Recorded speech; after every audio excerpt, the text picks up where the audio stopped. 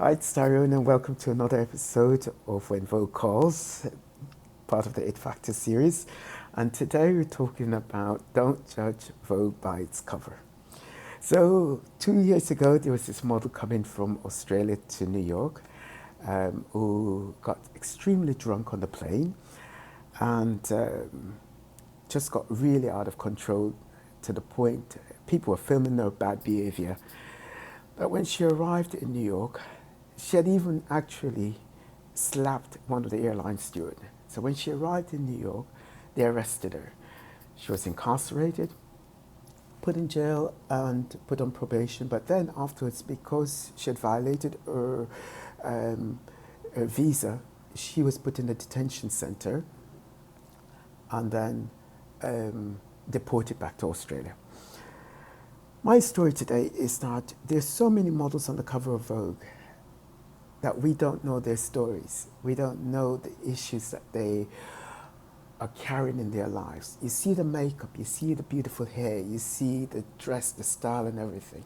But do you know what issues that person is carrying?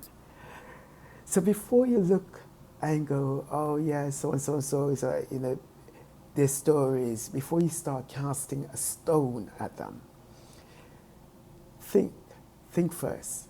There's a person behind there with an issue. They have something that's going on in their life. We don't know what family issues that they're dealing with. We don't know what they've gone through. With that model from Australia, Sudanese Australian, what people didn't know is that she had been raped just a few years before. She had been raped and she was carrying around a lot of issues that were very painful. And not many people knew. Well, basically, no one really knew what was going on. For her, that pain was to cover it by drinking.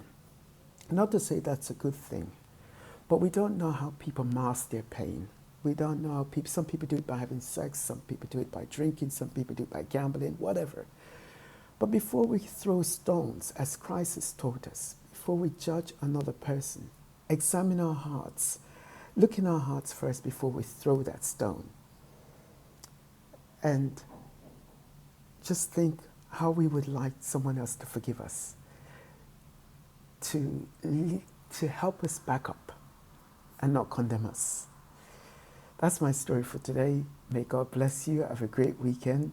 Shabbat Shalom. And remember, don't judge Vogue by its cover. There's a person behind it that has a heart. God bless you. Bye.